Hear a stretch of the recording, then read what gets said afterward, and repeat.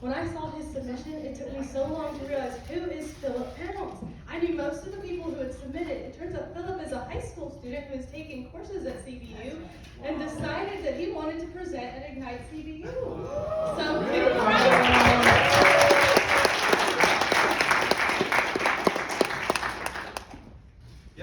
thank you everyone for coming out here tonight. You gotta mean it.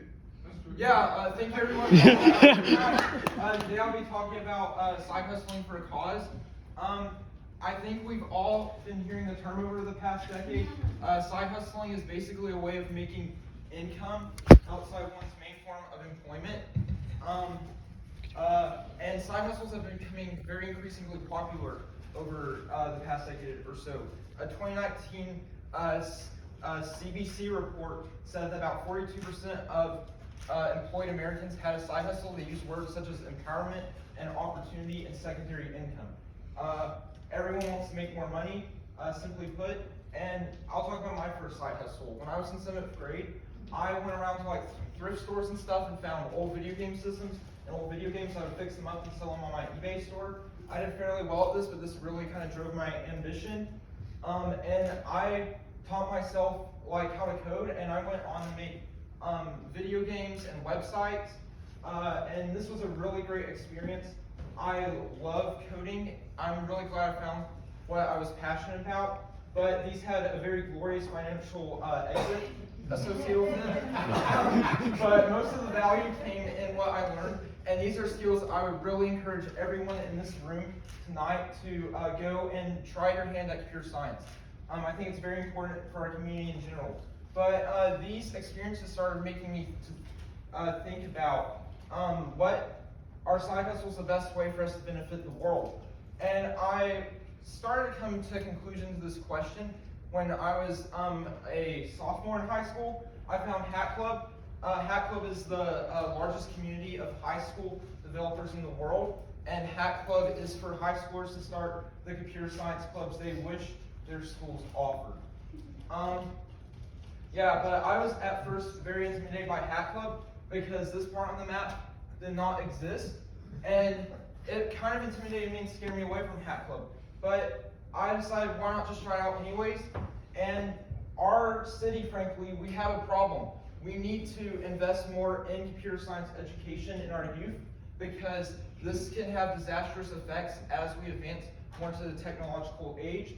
This is very important, and I talked with Zach Law, the founder of Hack Club, about this problem, and he suggested I just make a Hack Club. My math teacher recommended Blake Freeman. I had actually never met him before, but we started Hack Club just on our first phone call, and we ran free workshops open to any student in the community every week since. These are on Zoom Friday at 4. Our first one was coding in HTML and CSS, but we only had like 7 people there, but we've had a lot more better turnout, and a lot more kids have been excited about Hack Club since. We use very creative marketing. We run a lot of outreach events at schools. We hand out stickers, and we just teach coding concepts. We do a lot of social media and stuff. And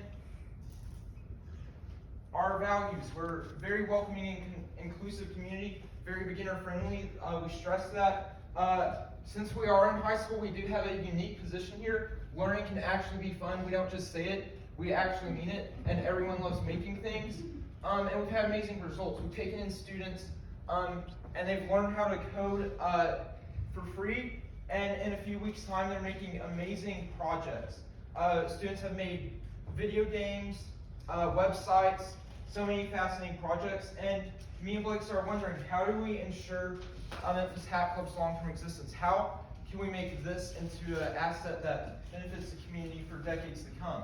So we just made Memphis Hack Club into a nonprofit, and we have 6 other wonderful students who help us lead this.